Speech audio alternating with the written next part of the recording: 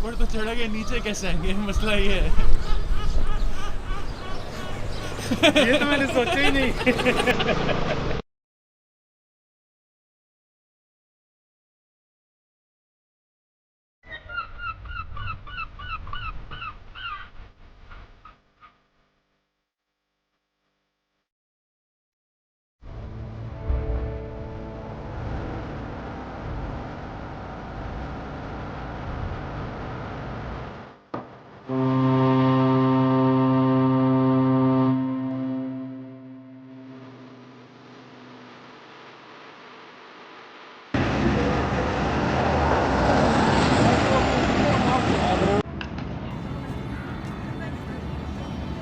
अस्सलामुअलैकुम everyone from Istanbul तुर्की।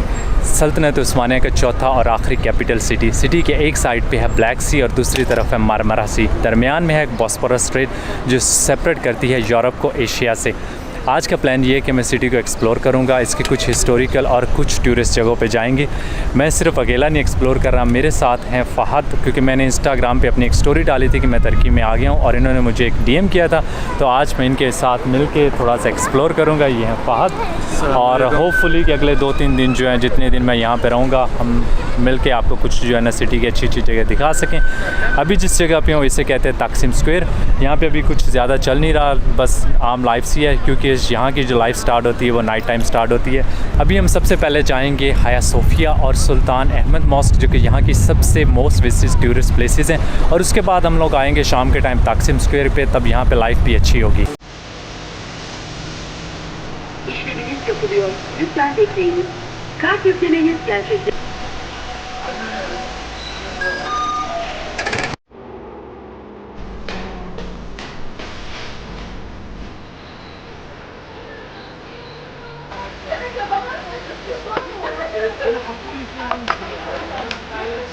दिन का स्टार्ट हम कर रहे हैं ट्रेडिशनल टर्किश ब्रेकफास्ट से, क्योंकि मैं गलाता टावर के बिल्कुल पास रह रहा हूँ। तो ये एरिया जिसमें हम नाश्ता करने के लिए आए हैं इसे कहते हैं काराकोय। काफ़ी अच्छा एरिया है, यहाँ पे काफ़ी मशहूर है ब्रेकफास्ट के लिए, बिल्कुल पास है, 10 मिनट की वॉक है।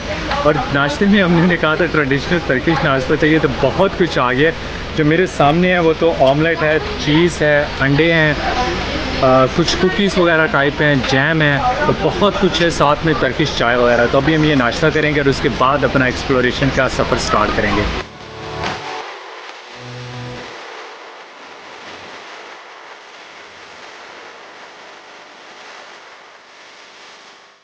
फूड बहुत अच्छा था और स्पेशली यहाँ पे जो उन्होंने मक्खन और शहद का कम्बिनेशन दिया होता वो मैंने पहली बार ट्राई किया था और बहुत मज़ा आया। इस कैफ़े का नाम था अरादा कैफ़े। बेसिकली हम लोग चाह रहे थे कि कुछ ऐसे यहाँ पे टेरेसेस वगैरह हैं जहाँ से आपको सिटी का व्यू बड़ा अच्छा आता है, तो वहाँ जाके करें। हमने काफ़ी देर यहाँ पे ढूंढने की कोशिश की लेकिन हमें वो जगह नहीं मिली, तो फाइनली हम लोग इधर आ गए। ये काफ़ी अच्छी जगह है और अगर आप यहाँ पे आए तो ट्राई कर सकते हैं।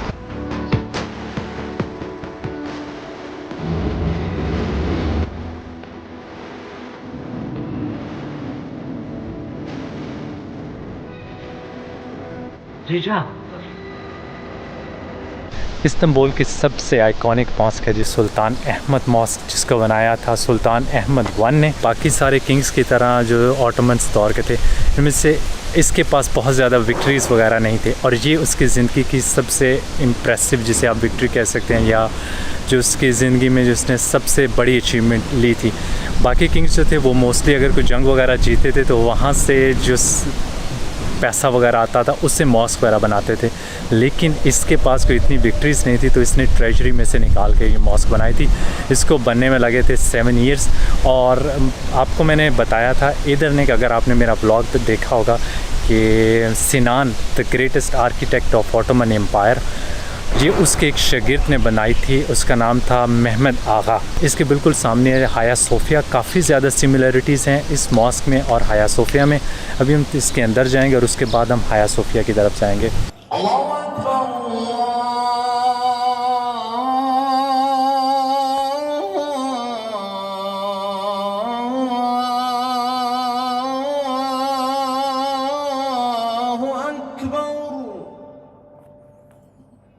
ये है जी ब्लू मॉस्क का इंटीरियर, और इसे ब्लू मॉस्क इसलिए कहते हैं क्योंकि यहाँ पे काफ़ी ज़्यादा हैंड क्राफ्टेड, हाथ से बनी हुई टाइल्स वगैरह इन्होंने ब्लू कलर की यूज़ की थी। भी यहाँ पे काफ़ी ज़्यादा कंस्ट्रक्शन का काम चल रहा है, इसलिए मैं आप इसको इसका इंटीरियर जो है वो बहुत ज़्यादा दिखा नहीं सकता।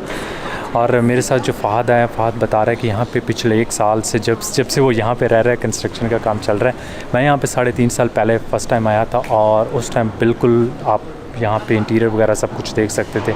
तो अनफॉर्चुनेटली आपको कुछ बहुत ज़्यादा नहीं दिखा सकता, लेकिन मैं कोशिश करूँगा कि जितनी ज़्यादा मैं यहाँ पे सिनेमैटिक ले सकता हूँ वो लूँगा।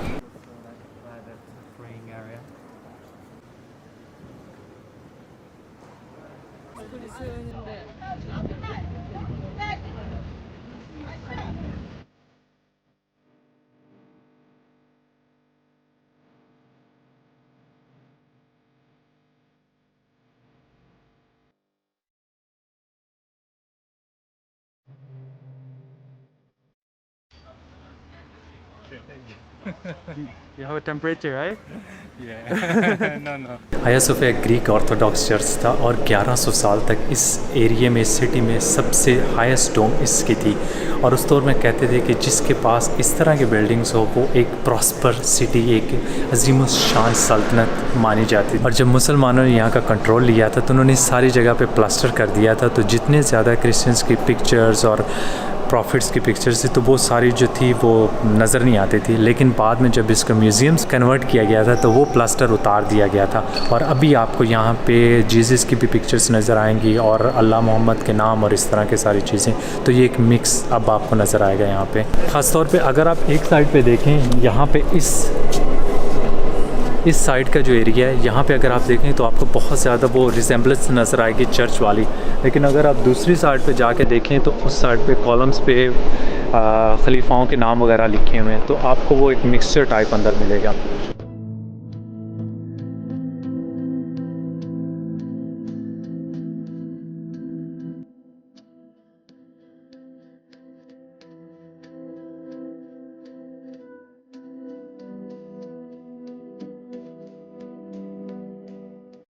अभी मैं हाया सोफिया के बाहर खड़ा हूँ और इस बिल्डिंग की मुसलमानों या ऑटोमन्स के लिए बहुत ज़्यादा इंपॉर्टेंस है, क्योंकि इस सिटी को पहले कहते थे कॉन्स्टेंटिनोपल, क्योंकि ये कॉन्स्टेंटीन एक किंग था जिसके नाम पे ये थी।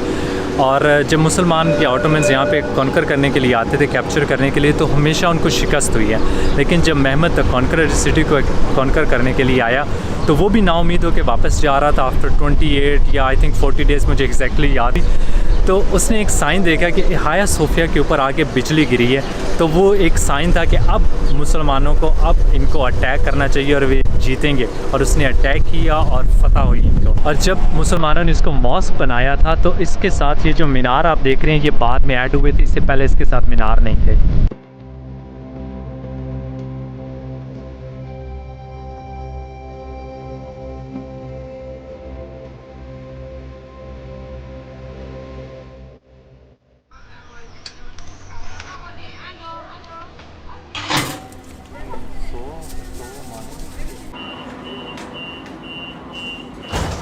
हम लोग आए हैं जी ग्रैंड बाज़ार, जिसे महमद द कॉन्करर ने बनाया था। ये दुनिया के बड़े और सबसे पुराने बाज़ारों में से एक है। और मज़े की बात है जो इसका स्ट्रक्चर है वो भी इसी पुरानी शेप में है। जितने नेचुरल डिज़ास्टर हैं उनसे सबको बर्दाश्त किया है। यहाँ पे उसने बनाया था ट्रेडिंग के लिए, क्लोथ्स और ज्वेल्स वगैरह की ट्रेडिंग के लिए। और अभी ये दुनिया की सबसे मोस्ट विजिटेड प्लेस में से एक है, ये टॉप पे है, क्योंकि यहाँ पे डेली 2.5 लाख से लेकर 4 लाख विजिटर आते हैं। तो अभी हम अंदर जाके इसको एक्सप्लोर करते हैं।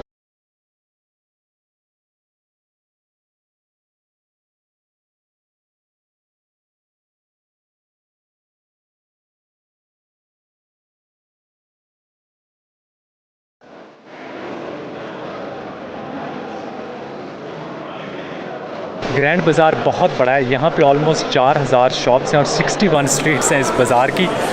यहाँ पे आपको ऑलमोस्ट हर चीज़ मिलेगी जो आपको चाहिए होगा। मुझे तो यहाँ पे ऑलमोस्ट कपड़ों से लेके ज्वेलरी, मिठाइयों की शॉप्स, हर तरह की चीज़ें मिल रही हैं। लेकिन अगर आप यहाँ पे आए तो एक चीज़ का ख्याल रखना है, यहाँ के लोग बहुत प्रोफेशनल हैं और आपको चूना लगाने में माहिर हैं। बार्गेन तो आपने ज़रूर करनी है अगर आएँ। उसके अलावा अगर आपने कोई चीज़ नहीं लेनी हुई तो उनसे बात ना करें। मेरे साथ फ़हद है, इनके साथ ऑलरेडी चूना लग चुका है। फ़हद से पूछते, फ़हद तुम्हारे साथ क्या हुआ था? मैंने शीशा में पीता नहीं हूँ और इन्होंने मुझे ज़बरदस्ती शीशा चिपका दिया था। आई वुड से ज़बरदस्ती, मेरी भी बेवकूफ़ी थी उसमें, बट ही सोल्ड मी अ शीशा तो यही कह रहा हूँ, अगर आपने कुछ चीज़ नहीं लेनी होगी तो प्रेफर करें कि उनसे बात ना करें, आगे कंटिन्यू करें, देखते रहें। जब आपने बात करनी तो वो आपको कन्विंस करेंगे कि यहाँ से लेके ही निकलना है आपने। Thank you sir. Thank you very much. First customer. So हम आज इसके फर्स्ट कस्टमर हैं, तो hopefully I hope that I will bring more customer to you Inshallah. इंशाल्लाह। सो चलते हैं जी, हम ग्रैंड बाज़ार एक्सप्लोर करते हैं। लेना हमने लिटरली यहाँ से कुछ नहीं था, लेकिन ये कि हम सस्ते में हो गया गुजारा। चलते हैं आगे।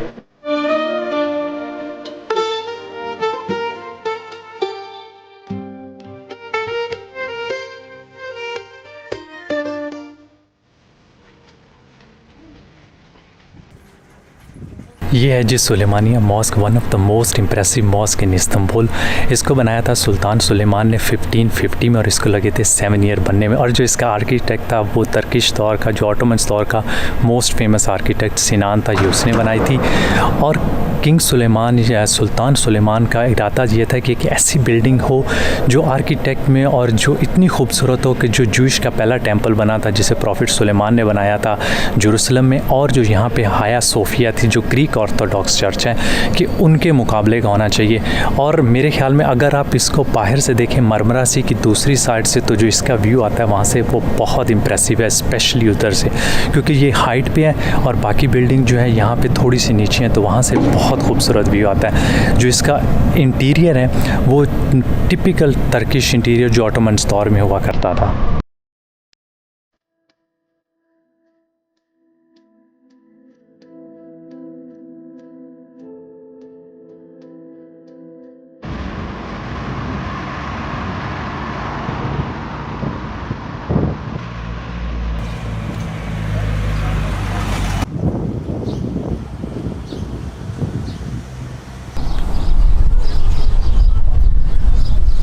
ऊपर तो चढ़ गए, नीचे कैसे आएंगे, मसला ये है। ये तो मैंने सोचा ही नहीं। फाइनली हम लोग पहुंचे हैं जी कॉन्स्टेंटिनोपल की पुरानी वॉल्स या इस्तांबुल की वॉल्स पे हम पहुंचे हैं। और आपको ये बताता चलूँ, इन वॉल्स ने 1000 साल तक आर्मी को जो है वो इंटर नहीं होने दिया। और ऑटोमन्स ने बहुत ज़्यादा कोशिश की यहाँ से इंटर होने की, लेकिन हमेशा उनको शिकस्त का सामना करना पड़ा। तो उनके लिए सिर्फ 2 ऑप्शन थे, या तो वो इन वॉल्स को क्रॉस करें और दूसरी ऑप्शन थी समंदर के रास्ते। तो समंदर के रास्ते, अगर आप में से किसी ने नेटफ्लिक्स की एक मूवी देखी थी मेहमत द कॉन्करर, तो आपको थोड़ा सा आइडिया होगा। उसमें यह था कि इन्होंने एक छोटा सा एरिया था जिसके थ्रू आप उनकी पोर्ट में इंटर होते थे, वहाँ पे दोनों साइड पे चेन्स लगाई होती थी। तो जैसे ही कोई आर्मी की शिप वगैरह इंटर होती थी, चेन को ऊपर कर देते थे और वो शिप तबाह हो जाता था। तो जब मेहमत ने ट्राई की तो उसने काफ़ी कोशिश की कि वो पोर्ट के थ्रू इंटर हो जाए, लेकिन उनको शिकस्त का सामना करना पड़ा। तो फाइनली उन्होंने डिसाइड किया कि हम जो अपनी बोट्स हैं वो लेके जाएंगे इस साइड से, सी ऑफ मरमरा की साइड से दूसरी ब्लैक सी की बैक साइड पे लेके जाएंगे और फिर वहाँ से अटैक करेंगे। तो उन्होंने काफ़ी ज़्यादा दरख्त वगैरह काट के, ताकि इनको पता ही ना चले, आवाज़ ना आए कि ये किस तरह लेके जा रहे हैं, तो उसके ऊपर वो स्लिप करके लेके जाते थे। फिर उन्होंने वहाँ से अटैक किया, क्योंकि रोमन्स यहाँ पे थे, इनका ख्याल था कि आर्मी आएगी इस साइड से, तो सारी इनकी जो पोजीशनें थी वो इस साइड पे तैयार बैठी थी, लेकिन उन्होंने बैक साइड से अटैक किया और इस तरह उनको फतह हासिल हुई। ऑटोमन्स के लिए बहुत ज़रूरी था कि वो इस सिटी को कॉन्कर करते हैं, और स्पेशली हर किंग की ये ख्वाब था, क्योंकि एक हदीस शरीफ भी है कि एक दिन हम कॉन्स्टेंटिनोपल को फतह करेंगे, और कितनी अजीम वो आर्मी होगी और कितना ज़बरदस्त वो लीडर होगा जो ये करेगा।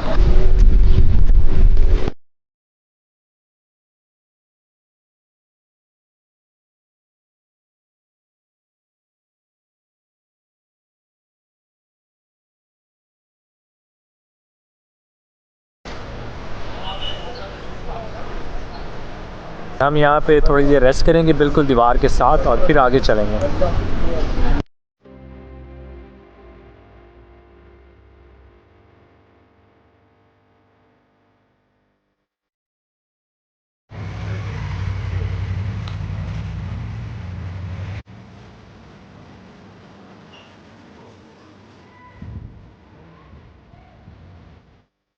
अभी हम एक एरिया में आए, इसे कहते हैं बलाट, और बच्चे जो है चीख चीख के हमारे कान फाड़ रहे हैं। फहद भाई मुझे लेके आए, ये यहाँ का एक हिप्पी सा एरिया, बलाट ही कहते हैं इसे, इसको बलाट कहते हैं। और बलाट। यहाँ सारे आपके cafes, bars, neighbourhood actually is pretty cheeky. So अभी हम थोड़ी देर के लिए यहाँ पे आए क्योंकि हमें बिल्डिंग्स वगैरह यहाँ की अच्छी लगी थी, तो हमने सोचा चलो यहाँ से गुजर रहे हैं तो एटलीस्ट थोड़ा सा एक छोटा सा स्टॉप लेते हैं। लेकिन काफ़ी अच्छा है क्योंकि यहाँ पे टूरिस्ट वगैरह कोई नहीं है, तो बिल्कुल लोकल्स का एरिया है।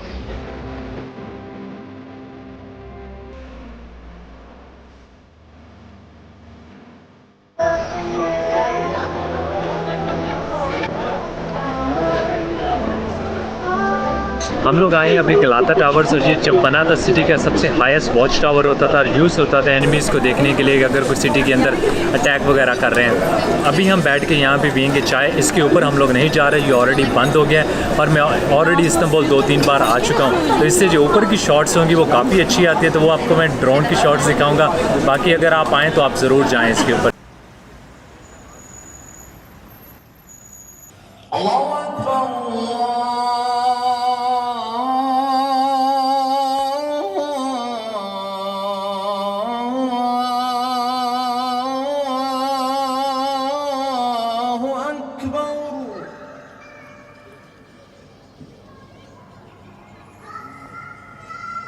अभी मैं आया हूँ जी चमलीचा मॉस्क में, जो कि तुर्की की सबसे बड़ी मॉस्क है और इस्तांबुल में एशिया वाली साइड पे है। इसको डिज़ाइन किया था यहाँ की 2 औरतों ने। जो डिज़ाइन है वो इंस्पायर्ड है सिनान के आर्किटेक्ट से। उसके अलावा इसमें थोड़ी सी इन्होंने डिज़ाइन में चेंजेस लाने की कोशिश की है और इंस्पिरेशन ली है डेनिश स्कैंडिनेवियन आर्किटेक्ट से। मॉस्क को बनने में लगे हैं ऑलमोस्ट 20 ईयर्स और अभी लास्ट ईयर इसका इफ्तिताह हुआ है, आई थिंक मार्च 2019 में। अंदर से मॉस्क माशाल्लाह काफ़ी खूबसूरत है। इवन कि इसका डिज़ाइन जो ऑटोमन्स दौर की जितनी मॉस्क है उनको रखते हुए उसको कॉपी किया गया है, लेकिन फिर भी क्योंकि इसकी डोम उन सबसे हाई है तो आपको एक डिफरेंट सी भी फील आती है। ये नहीं लगता कि ये है सिमिलर, लेकिन फिर भी ये महसूस होगा कि आप एक डिफरेंट मॉस्क में आए हैं।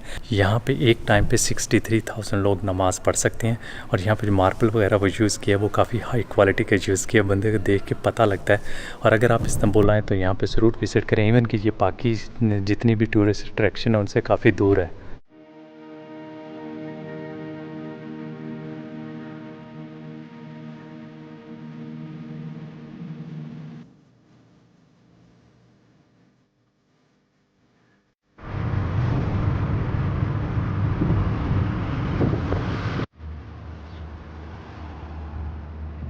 हम आए अभी रुमेली अंसारी कैसल, जो कि इस्तांबुल की बाकी टूरिस्ट अट्रैक्शन से थोड़ा सा हट के है। ऑलमोस्ट हमें 40 मिनट लगे, हम टैक्सी लेके आए हैं, लेकिन क्योंकि यहाँ की हिस्ट्री काफ़ी इंपॉर्टेंट है तो मैंने सोचा चले यहाँ भी ज़रूर आते हैं। इसकी हिस्ट्री आपको बताता चलूँ। जब मेहमद द कॉन्करर यहाँ पे आया था तो उसका प्लान ये था कि उसने कॉन्स्टेंटिनोपल या इस्तांबुल की फूड सप्लाई रोकनी है, तो उसने यहाँ पे एक साइड पे कैसल बनाया था, ये रुमेली अंसारी, और दूसरी साइड पे बॉस्पोरस की कुछ वॉच टावर या कैसल टाइप बनाया था। दरमियान में चेन्स लगा दी थी, तो जब भी कुछ शिप कॉन्स्टेंटिनोपल के लिए आता था तो चेन उठा देते थे और वो पास नहीं कर सकते थे, तो इस तरह इन्होंने उसकी फूड सप्लाई रोकी थी।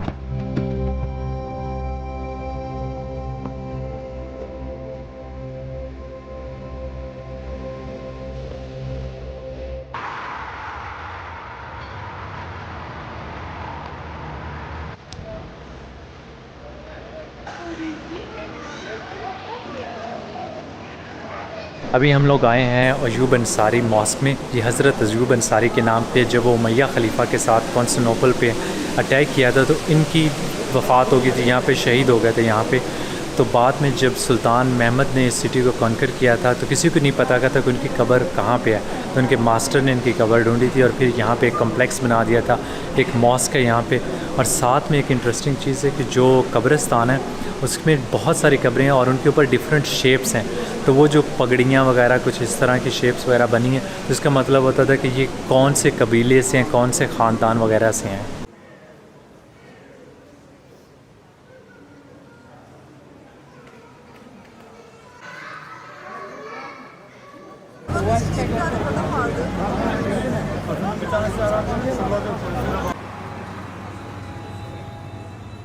हम लोग है जी तकसीम स्क्वायर के, जिसे कहते हैं इस्तांबुल का हार्ट, और सारी जो एक्टिविटीज़ होती हैं वो यहाँ से स्टार्ट होती हैं। लेकिन हमारी जो एक्टिविटी है वो यहाँ पे आके ख़त्म हो रही है क्योंकि हमें बहुत ज़्यादा भूख लगी है। हम लोग आए यहाँ पे खाना खाने और जिस रेस्टोरेंट में आए इसका नाम है कराची दरबार। मैंने इसकी पहले भी तारीफ़ सुनी थी काफ़ी और फ़हद यहाँ का रेगुलर कस्टमर है, तो मैंने कहा चलें यहाँ पे आके खाना खाते हैं।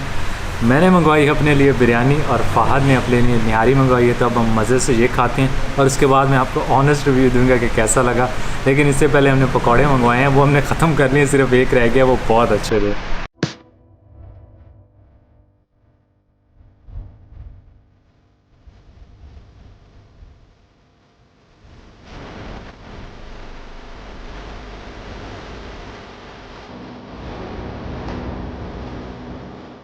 यार भाई खाना जो है ना यहाँ का, मेरे ख्याल से इस्तांबुल में सबसे बेस्ट खाना कराची दरबार का, और ये साथ में इंडिया गेट भी है, मगर आता मैं हमेशा कराची दरबार।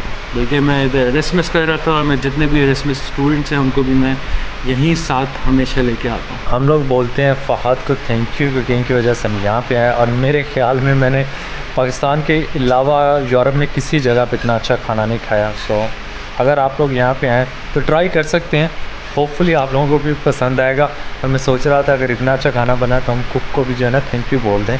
अच्छा, मैं कुक का नाम ले रहा था तो वो आगे हैं, ये भाईजान ने, इन्होंने खाना बनाया था। थैंक यू सो मच, खाना बहुत अच्छा बना हुआ था, बहुत मज़ेदार था। शुक्रिया, मेहरबान, शुक्रिया तुम्हें बोलना चाहिए, आपने हम भूखों को खाना खिलाया।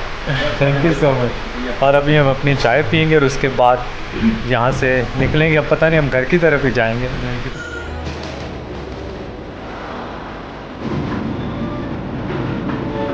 पिछले 3-4 दिन मैंने इस्तांबुल को अच्छी तरह एक्सप्लोर करने की कोशिश की और होपफुली आपको मेरे इस व्लॉग में काफ़ी इन्फॉर्मेशन मिली होगी।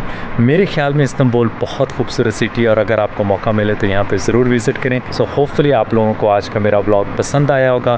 ख़त्म करने से पहले मेरी एक रिक्वेस्ट होगी कि मेरे साथ जो फ़हाद था, मैं उसको इस व्लॉग से पहले बिल्कुल भी नहीं जानता था और ना ही हमारी कोई जान पहचान थी।